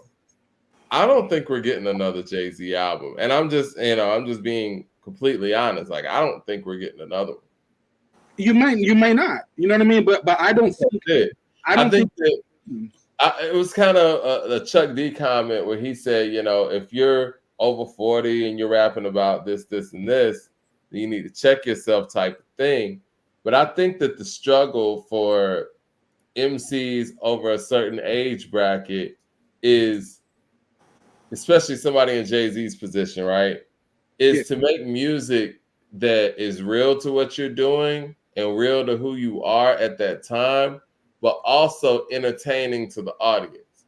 And I think that when he did what he did on 444, it connected, but I also feel like a part of him feels that he didn't connect as much as he normally does, and people didn't want to hear him speak in those ways. So I think he's just going to hang it up. Well, I think this might be a take where we're gonna chop up on one of our shows and play back when Jay does drop, because he's putting out clues. Like it was a story. I saw the reel like last year. They had like they were on a set and somebody paid for it. They said Jay-Z's album. It wasn't made up, you know what I'm saying? They were on set saying Jay-Z's album roll out. Then he went to the Brooklyn Museum, had his display, and he had 14 different pieces, but one was blank. Is this his biggest gap between albums? Yeah, it might be his biggest album. It might be his biggest gap. I've heard, rumblings through the grapevine that he is working on something, but who knows? I just think that he wants to be. I think he wants it to be dope before he puts it out. But I think we might get it. If we don't get it, I think we get it in 2025. I think we'll get it in 2025. I don't think Jay is worried about being dope. I don't think he's worried about being dope, and I don't think he's worried about entertaining people. I think at some point you need to stop entertaining, man. Like now, the people that rap is entertainment, and I understand that. And the people that entertain, that is an art that I respect. So Jay-Z's an entertainer, though. I don't think Jay should entertain. Like what I like Nas. I think Jay's competition is his reflection in the mirror. So if your competition is your own reflection, how does Jay even get beyond himself? Like, how do I outdo myself? I can't out entertain myself. Like, I'm gonna have to do something. I can't be more entertaining than Blueprint me or Black Album me. Or of course, those times are done. And I think he said that around 444 time. Like, you can't be the poppin'est rapper at a certain age, right? You don't want to be either. Like, you don't want to be like the last thing you want to be is around people. Like, and you don't want to go to the club. You don't like. You just don't. You just don't. Like, I think I want to hear Jay be exactly who he is, unadulterated. And I think we got glimpses of that with 444. I want to hear Nas be exactly who he is, not saying that he's not being that, y'all. But I think for them, when in the 50s, I think the entertainment is done. Because Jay's an entertainer, man. Like I disagree with you on that. You want me to make you dance and we're 50? I think Jay's an entertainer, though. Look at his catalog.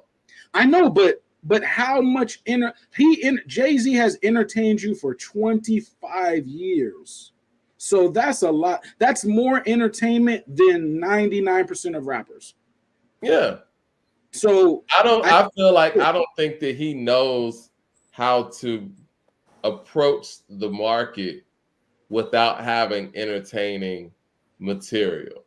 Like, I think 444 was a test run, and I mean, he ain't had no hits on that album. Like, Story of OJ, I guess. What would you say belongs on a Jay-Z's greatest hits? He can't do Family Feud was dope. With a hit, man. Jay can't do nothing with a hit. That's just a Tuesday. Family Feud was dope, Mike. Family Feud was dope. I'm talking about like actual. He's an entertainer. Let's look at his catalog. Well, I don't think he's not an entertainer no more. He was an entertainer like 20 years ago. He's not an entertainer anymore. He's 55 years old. He's not an entertainer. That's OG. That's an OG. Well, that's why he's not coming out with anything, I don't think. And I say this respectfully. I'm not saying this to bash Jay. I think that when you look at Holy Grail, right? He had the record with Justin Timberlake. That's an entertaining record. Fuck with me, I got it. Entertaining record. Right. Tom Ford, entertaining record. No, you're talking about a younger. You're talking about this new Jay is more artistic. He's more. What are you talking about, new Jay? Like, I'm talking about 2 albums ago. He don't have no new albums to say there is even a new Jay. What are we talking about? Just watching how he's moving. When I say new Jay, Mike, I'm saying how he's moving. He's not moving like that. Like he wants to entertain. He's moving like he's into art. He's into like drinking wine from like the 1930s. He's into traveling the world with his wife. Listen to 444. That doesn't sound like an entertainer's album. Listen to Bam. Listen to Legacy. Listen to the Story of OJ. Those songs are not, it's not very good either, guys. Like, okay, but we talk about 2 different things. We're not talking about it. We weren't talking about if they were good or not. We're saying those are entertainer records. Those are not entertainment records. Those are more reflective records. And a man in his 50s, that's He could trying pay to for entertainment. Jay could just pay for that. If he wanted to entertain, he could put a bunch of money behind his music, and I bet you would have entertained. Well, I guess what I'm saying is he's not very, in my estimation, he's not very good at this state in making music that is more reflective than entertaining. That's never been his thing anyway. Like, that's why even when you look at Nas and this Hit Boy run and everything else, and especially Magic 3, he's really great at the reflective things, so he can always fall back on those things. Jay's never been that great of a reflective MC outside of the conversational stuff. Now, I like when he did, This Can't Be Life. And, I think that to some degree, Heart of the City is reflective. But again, that's kind of like the whole against all odds type of thing. 444 is, I guess, a personal battle. And we've never really heard him from that standpoint. And to me, it's just not as compelling as the Jay that we get when he's talking about the real shit that we know that he done went through. Kind of like what you talk about, Ron, where it's like, it just don't seem as real as the other stuff. Well, I mean, about Song Cry, you talking about, so you got Song Cry, you got I'm talking about like Heart of the City. I'm talking about like You Don't Know. Like, you got The Joy, you got Murdered Excellence, you got records that he can get. You got Lost Ones. You got records that he can reflect. I think a huge percentage of Jay-Z's fans bought his records because he was reflective. That's my own personal opinion. But I think Jay, he gave the Carter's album. If he wanted to say, "Hey, this album is entertaining, y'all," he could have said that. But I think he dropped a single and he didn't even mention the album after that. I don't think he cares that much. What do you think the Carter's album was for? For to entertain his family. To entertain his family. Like, you put that on at the barbecue with the family. But do y'all want to see Jay-Z be entertaining? Like, I think he's better. I think he's at his best when he's conversational and entertaining. Well, I think he's incapable of being entertaining. I think he's incapable of being entertaining at the moment. I think his best bet is being conversational, because I don't think no one is. He can be entertaining. The landscape. If he went to go just if he went and go get a Kanye West beat and say this is entertaining, you know what I mean? But yeah, I don't think y'all want to see an entertaining Jay. And overall in music, period. Can y'all hear me? Yeah, I hear you. Right. We have the Matrix. You have questions. Entertaining. How many artists are winning entertaining? Oh, what were you saying, Ron? How many artists are winning by entertaining? It's people like in the chat have questions. 1% of y'all. No, I think there's a delay here. Hold on 1 second, Leroy. What were we saying, Ron? I said people in the chat are asking, what does entertaining mean? What do you mean when you say entertaining? Well, when I say entertaining, I'm speaking of like, give it to me. I'm speaking of like, is that your chick? I'm speaking of these records that bring forth a certain energy. And I think the What We Do verse is a perfect example, right? Freeway rapped his heart out on that song. Jay comes in there, Hov never slacking, man, zipping in the black range, faster than the red ghost, getting goes my pack, man. One time, no, I got an act to get that change. Lead the other rap game, ROC, man. It's like, it's not that in depth, but it's entertaining. And I think Jay does a great job of, being flashy and, and adding that to the fold. I always talk about how great of a group Wu-Tang is, in the sense where you have guys in there who are lyricists like a Jizza and like a Inspector Deck, but then you have lyricists who are entertaining like a Ghost and a Method Man. You know what I'm saying? So that's what I mean by entertaining. You might not have the most in-depth lyricism, and we know Jay can go crazy with the lyrics, but like he said, he dumbed down his flow to double his dollars. That's the entertaining aspect of what Jay does. But Mike, you're talking about records like over 2 decades ago, Mike. He's almost 55 years old. He can't make those records like what we do. And he can't make those records. The White Boys is entertaining, even though that's almost. But Mike, he can make a record like the Rock Boys. He can do that. But I'm talking about the records that you referenced just a minute ago.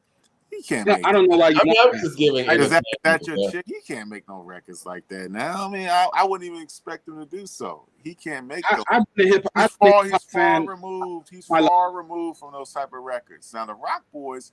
If you're saying he should get into American Gangster, I think the best we can hope for with Jay right now is to make a record like American Gangster with a sprinkle of Lost Ones, with a sprinkle of Family Feud, with a sprinkle of Bam.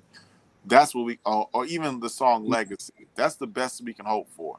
But those records you name, Mike, he's not getting anywhere close to that. So that's light work though. For Jay to entertain you, y'all know that's light. That's light work. It's too easy. It's too easy. And I've been all my life. I've been entertained to death, y'all. Hip hop entertained me. And hip hop has entertained me my whole life. Now, can y'all tell me something real? Kick something that's real to me. You know what I mean? Poet and Rhymes. Yes, I have listened to the new Rhapsody, and I think the Rhapsody has album of the year right now, actually. And y'all know that I'm not the biggest, fan of Rhapsody in that way, but I respect her skill set. I respect her quality music and everything as well. Joe Young with the super chat says, Jay-Z to make Magic or KD3 is never going to happen. He ain't in music spiritually. Put when you hear them verses from Hov, he sounds like he still has it. Nas put out 2 classics in the series. You don't think if Jay-Z had the beats from Magic 3, he wouldn't easily flip those? Like, do y'all know who y'all messing with? Like, currently, I have no proof currently.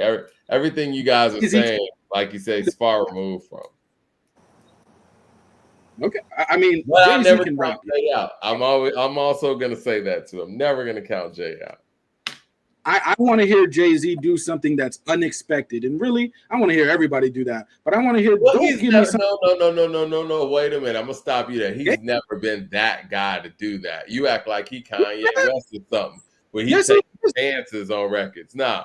What's the most risky record Jay ever attempted? How many do you want for me to give you, and what year do you want me to give you? Like, I never thought he would. Tell me the Jesus Walks that he made, or the Through the Wire, where you're taking risks. Through the Wire is a classic song before Through the Wire came out. I'm talking about rapping with your mouth wired shut. That's what I'm talking about. He was hurt. I give him credit. He was hurt. I don't know if Jay was hurt like that.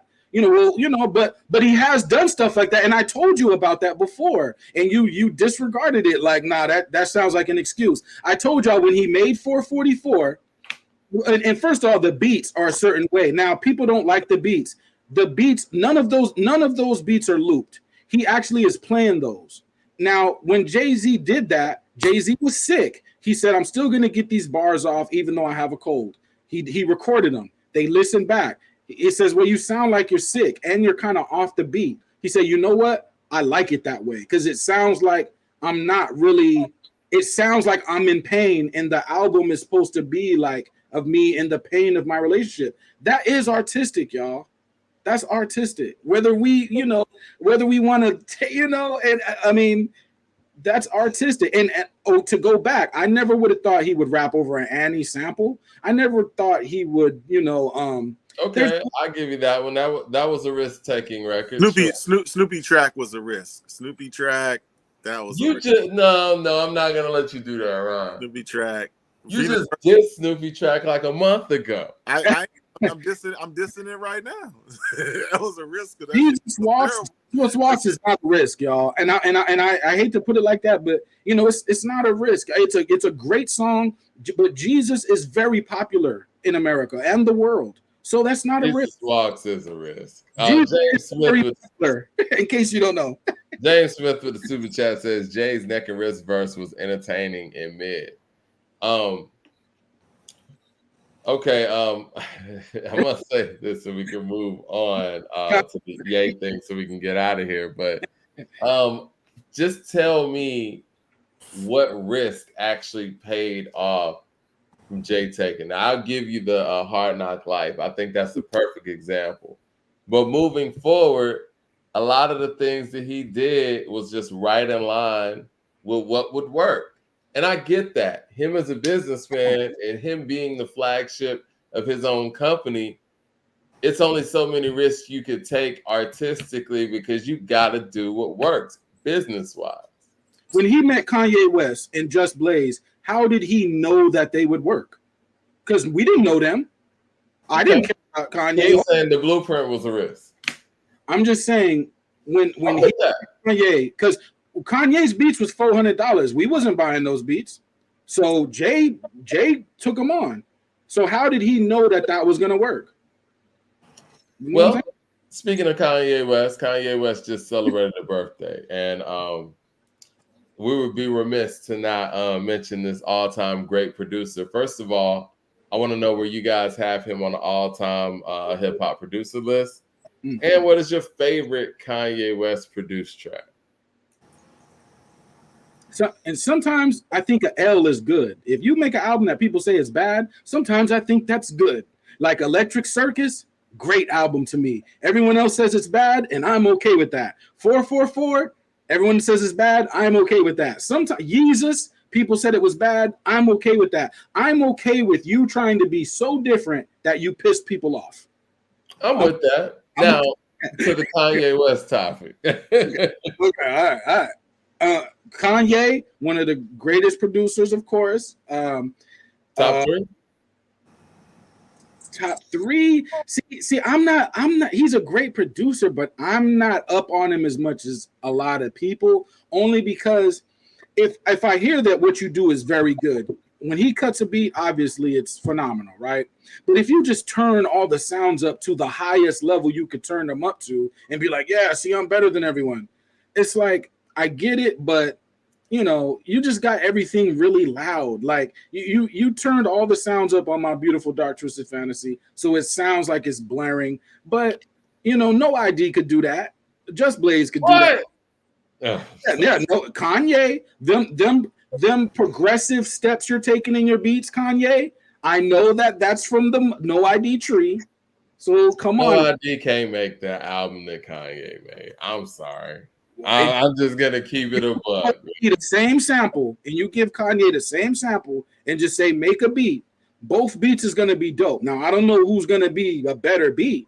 I do. I know they both gonna be dope. Now I know Kanye is gonna, probably throw a whole bunch of bells and whistles, but the No ID is gonna be dope. And what No ID record am I missing that you guys are?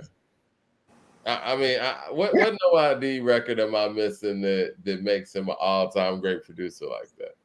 Oh, Joe Young with the super chat says, Leroy, I'm with you, but he ain't in like Ron's saying. On writing TMJ Electronica, he is spit, but he is far removed from music to your point, Leroy.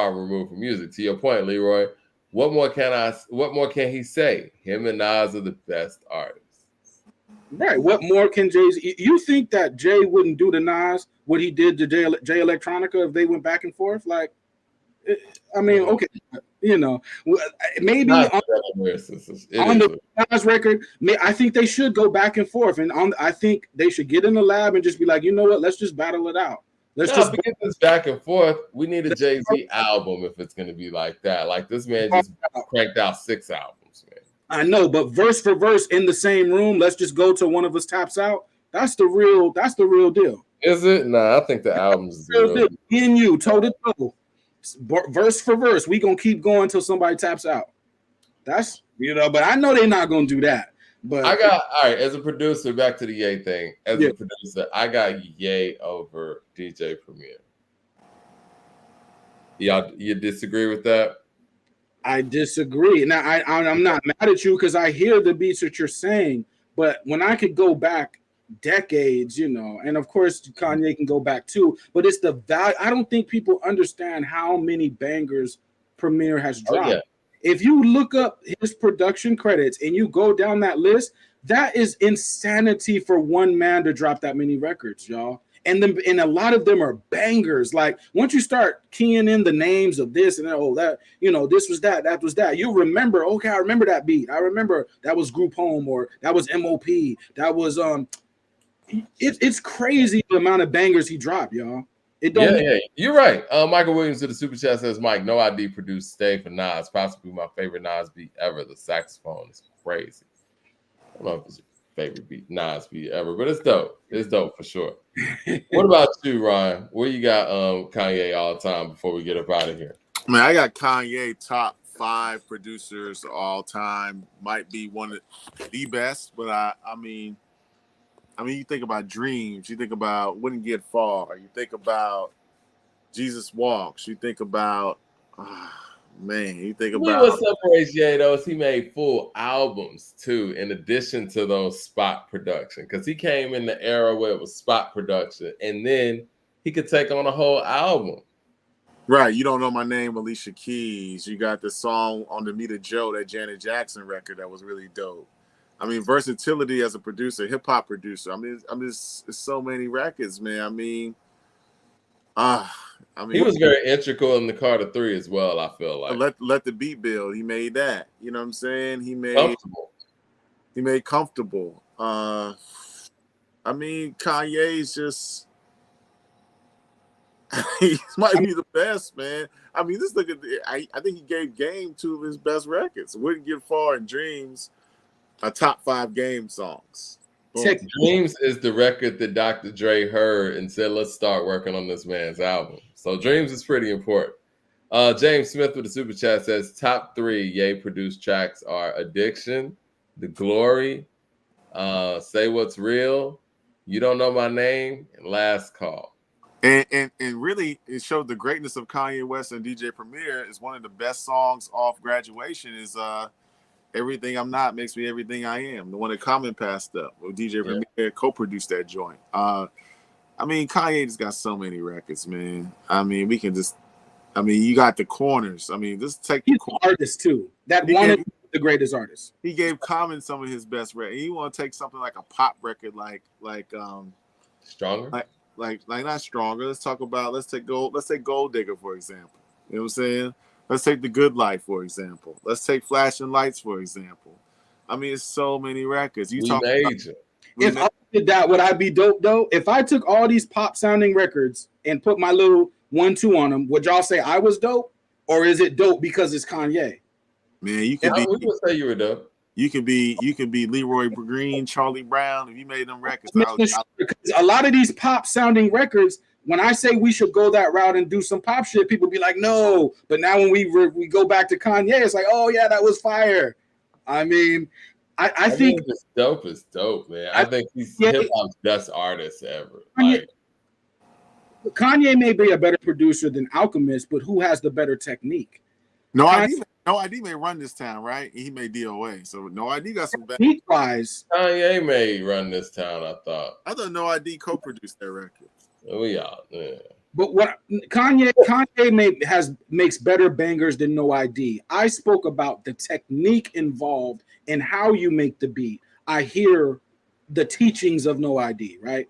So technique wise, does Kanye have the best technique as a producer? And that is like, I think he's one of the greats there too, but I think there are other producers with better techniques and they just don't have the bangers. I think an Alchemist in the studio with Kanye, I think Alchemist will give Kanye a rough time, but it's just that Alchemist music is not centered around a flare of a Flashing Lights. Did Q-Tip make Chain Heavy or Kanye make Chain Heavy? Q-Tip made Chain Heavy.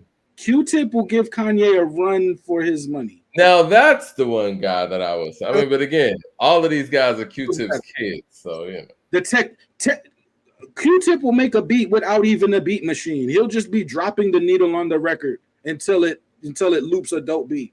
Kanye West and Q-Tip to me are the two most talented hip hop artists that we've ever seen. Yo, Michael Williams and I got the same kind of musical brain because I like all the records he's naming is one of my favorite. Faithful, Be Intro, which is dope. Never Let Me Down, Guess Who's Back, Down and Out, and Follow God. Follow God is one of my favorite Kanye West songs in the last 6 or 7 years. But what Kanye Two Words is still my favorite Kanye West song. 2 Words is insane. 2 Words is Diamonds, man. Diamonds from Sierra Leone. Diamonds is crazy. Too. That's a movie. That's a whole. It is. That's a movie, bro. It is. Joe Young with the super chat says, Mike, Dre and Kanye are the best producers ever. Why are we debating this? They have the most classic songs and they stand out. What are we doing? They're the best. Yeah. I'm okay with that. I mean, I'm okay with that. I'm okay with that. But Kanye is like one of those ones, man.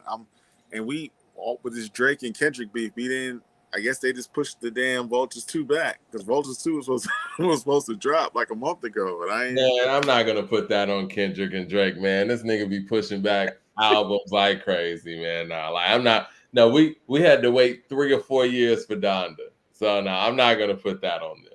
So that was gonna happen anyway, probably. Vultures 1 is really like that, huh? I need to go back and check Vultures 1 again or something. Did I miss something? Yeah, it's a solid record. I mean, it's a dope record. Give it 4 mics. Okay. All right, guys. Well, shoot, man. I think we've covered everything. We can get back to it on Wednesday.